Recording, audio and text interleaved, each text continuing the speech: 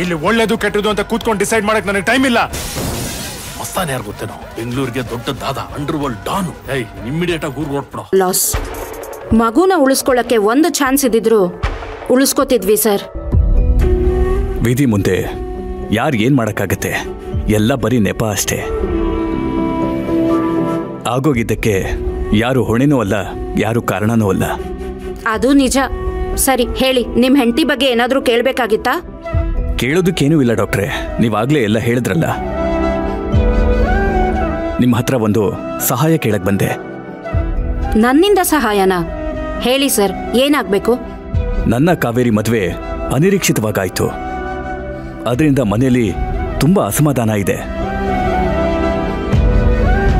ಮನೆಯವರು ನನ್ನ ಮದುವೆನ ಒಪ್ಕೊಂಡಿಲ್ಲ. ಅದಕ್ಕೆ ದಿನ ಮನೆಯಲ್ಲಿ ಒಂದಲ್ಲ ಒಂದು ಸಮಸ್ಯೆ ಇದ್ದೇ ಇರುತ್ತೆ. ಹಾಗಾಗಿ ಕಾವೇರಿ ಗರ್ಭಿಣಿ ಅನ್ನೋ ವಿಷಯನ ನಾನು ಯಾರಿಗೂ ಹೇಳಿಲ್ಲ. ಹಾಗಾಗಿ ಏನಾದರೂ ಈಗ ವಿಷಯ ಗೊತ್ತಾದ್ರೆ ಅದು ಇನ್ನೂ ದೊಡ್ಡ ಸಮಸ್ಯೆ ಆಗತ್ತೆ. ಕಾವೇರಿ ಆರೋಗ್ಯದ ಮೇಲೆ ದೊಡ್ಡ ಪರಿಣಾಮ ಬೀರುತ್ತೆ. ಅವಳಿಗೆ ನೋವು ತರೋ ವಿಷಯ, ಆಘಾತ ತರೋ ವಿಷಯನ ಹೇಳಬೇಡಿ ಅಂತ ನೀವು ಆವಾಗಲೇ ಹೇಳಿದ್ದೀರಾ. ಅದರಿಂದ ಕಾವೇರಿ ಡಿಪ್ರೆಷನ್ಗೆ ಹೋಗೋ ಚಾನ್ಸಸ್ ಇದೆ ಅಂತಲೂ ಹೇಳಿದ್ದೀರಾ. ಅದಕ್ಕೆ ಕೇಳ್ಕೊಳ್ತಾ ಇದ್ದೀನಿ, ಕಾವೇರಿ ಪ್ರೆಗ್ನೆಂಟ್ ಆದ ವಿಚಾರನ, ಅಬೋರ್ಟ್ ಆಗಿರೋ ವಿಚಾರನ ದಯವಿಟ್ಟು ಯಾರಿಗೂ ಹೇಳಬೇಡಿ. ಸರಿ ಸರ್, ಯಾರಿಗೂ ಗೊತ್ತಾಗದೇ ಇರೋ ಥರ ನಾನು ನೋಡ್ಕೋತೀನಿ.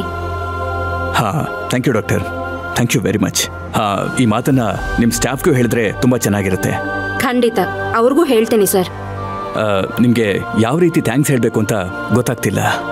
ನಮಗೆ ಪೇಷಂಟ್ ಫಿಸಿಕಲ್ ಹೆಲ್ತ್ ಜೊತೆಗೆ ಮೆಂಟಲ್ ಹೆಲ್ತ್ ಇಂಪ್ರೂವ್ ಆಗೋದು ತುಂಬ ಮುಖ್ಯ. ಅದಕ್ಕೋಸ್ಕರ ನಮ್ಮ ಡ್ಯೂಟಿ ನಾವು ಮಾಡ್ತೀವಿ. ನೀವೇನು ಚಿಂತೆ ಮಾಡಬೇಡಿ. ಯಾರು ಏನೇ ಕೇಳಿದ್ರು ನಾ ವಿಷಯ ಯಾರಿಗೂ ಹೇಳಲ್ಲ. Thank you doctor. Okay sir, ತುಂಬ ಉಪಕಾರ ಆಯಿತು. Thank you.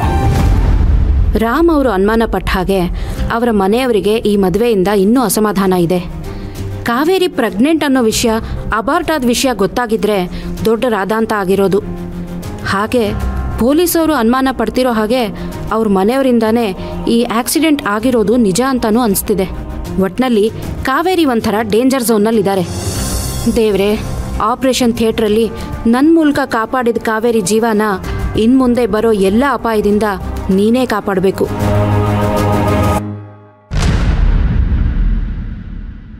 ಎಲ್ರದ್ದು ಊಟ ಆಯ್ತಾ? ಇನ್ನೂ ಇಲ್ಲ, ನೀವು ಮಾಡಿ, ನಾವು ಆಮೇಲೆ ಮಾಡ್ತೀವಿ. ಹೌದು, ಉಪಾಧ್ಯಕ್ಷರಲ್ಲಿ ಕಾಣಿಸ್ತಾನೆ ಇಲ್ಲ. ಅವಳು ಕೆಲ್ಸದ ಮೇಲೆ ಹೊರಗೆ ಹೋಗಿದ್ದಾಳೆ.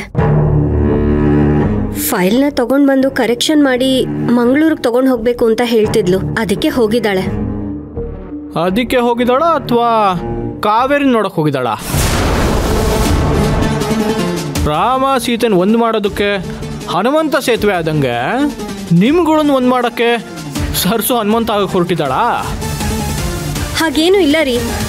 ಕಾಮಾಲೆ ಕಣ್ಣಿಗೆ ಕಾಣೋದೆಲ್ಲ ಹಳದಿ ಅನ್ನೋ ಹಾಗೆ ನಿಮ್ಗೆ ನಾವ್ ಏನ್ ಮಾಡಿದ್ರು ತಪ್ಪು ಅನ್ನೋ ಥರನೇ ಕಾಣಿಸುತ್ತೆ. ಮಾಡಿರೋದೆಲ್ಲ ತಪ್ಪೇ ಆಗಿರ್ಬೇಕಾದ್ರೆ ಇನ್ ಕಾಣಿಸೋದೆಲ್ಲ ಬಂತು.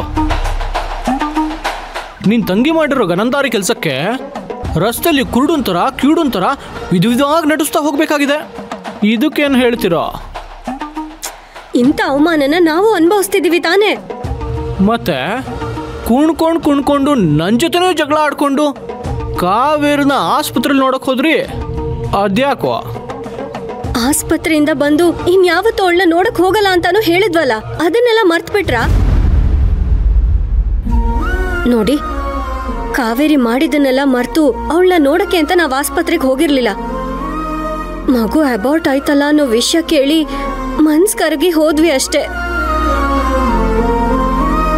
ಸಂತಾನ ಭಾಗ್ಯ ಒಂದ್ ಹೆಣ್ಣಿಗೆ ಎಷ್ಟು ಮುಖ್ಯ ಅನ್ನೋದು ಆ ಅದೃಷ್ಟ ಇಲ್ದಿರೋ ನನ್ನಂತ ನತದೃಷ್ಟಿಗೆ ಆ ನೋವೇನು ಅಂತ ಚೆನ್ನಾಗಿ ಗೊತ್ತು. ಯಾವುದೇ ಮಕ್ಕಳನ್ನ ನೋಡಿದ್ರು ಅವ್ರಿಗೇನೇ ಆದ್ರೂ ನನ್ನೊಳಗಾಗೋ ಸಂಕಟನ ನನಗೆ ಹೇಳ್ಕೊಳಕ್ ಆಗಲ್ಲ.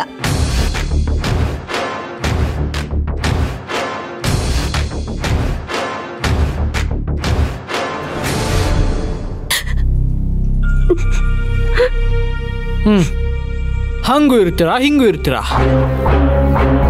ಒಟ್ಟಿನಲ್ಲಿ ನಿಮಗೆ ಹುಚ್ಚಿಡ್ತಿದ್ಯಾ ಅಥವಾ ನನಗೆ ಹುಚ್ಚಿಡ್ತಿದ್ಯಾ ಒಂದು ಗೊತ್ತಾಗ್ತಿಲ್ಲ. ಮೊದಲು ನೀನು ಕಣ್ಣೀರು ನಿಲ್ಸಿದ್ರೆ ನಾನು ನೆಮ್ಮದಿಯಾಗಿ ಊಟ ಮಾಡ್ಬೋದು. ಇಲ್ಲಾಂದ್ರೆ ಹೆಂಡತಿ ಅಳ್ತಿದ್ರು ಗಂಡ ತನ್ನ ಊಟ ನಿಲ್ಲಿಸ್ದೆ ಕಟ್ಕೊಂತಾರೆ ಊಟ ಮಾಡ್ತಾನೆ ಇದ್ದ ಅಂತ ಸಮಾಜ ನನಗೂಗಿಯತ್ತೆ. ಅದು ನನಗೆ ಬೇಕಾ? ಇವಾಗೇನು ನಾನು ಊಟ ಮಾಡಬೇಕಾ ಅಥವಾ ತಟ್ಟಲ್ಲೇ ಕೈ ತೊಳಿಲ್ಲ? ಸರಿ, ಊಟ ಮಾಡಿ.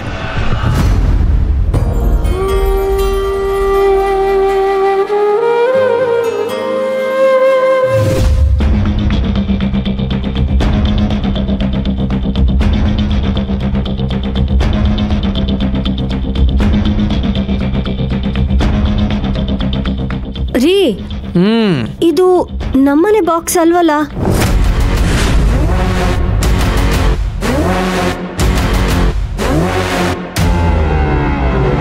ಅಯ್ಯಯ್ಯೋ, ಮೋನಿಕಾ ಮಾತಲ್ಲಿ ಮುಳುಗೋಗಿ ನನ್ನ ಬಾಕ್ಸ್ನ ಅವಳ ಬಾಕ್ಸ್ನ ನಾನು ಬ್ಯಾಗಲ್ಲಿ ಹಾಕೊಂಡು ತಂದ್ಬಿಟ್ಟೆ ಅನ್ಸತ್ತೆ. ಈಗೇನಪ್ಪ ಮಾಡೋದು? ನಿಮ್ಮನ್ನೇ ಕೇಳ್ತಿರೋದು. ನಮ್ಮನೆ ಬಾಕ್ಸಲ್ಲಿ ಇದ್ಯಾರ್ದು? ಪೂರ್ಣಿ, ಅದು ಸ್ಟಾಫಲ್ಲಿ ಬೇರೆ ಯಾರ್ದು ಆಗಿರುತ್ತೆ ಕಣೆ. ಶಂಕರಣ್ಣಂಗೆ ಬಾಕ್ಸ್ ಎಲ್ಲ ತೊಳೆದಿಟ್ಟಿರಿ ಅಂತ ಹೇಳಿದ್ದೆ. ಅದು ಏನೋ ಎಕ್ಸ್ಚೇಂಜ್ ಆಗ್ಬಿಟ್ಟಿದೆ ಅಷ್ಟೇ. ಓ ಹೌದಾ? ಹೌದು ಕಣೆ. ಸರಿ.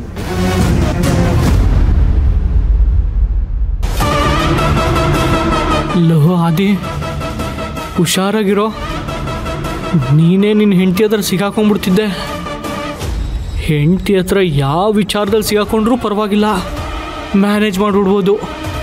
ಆದರೆ ಹುಡುಗಿ ವಿಚಾರದಲ್ಲಿ ಸಿಗಾಕೊಂಡ್ರೆ ಅಷ್ಟೇ ನಿನ್ನ ಕತೆ. ಯಾವುದಕ್ಕೂ ಹುಷಾರಾಗಿರಪ್ಪ.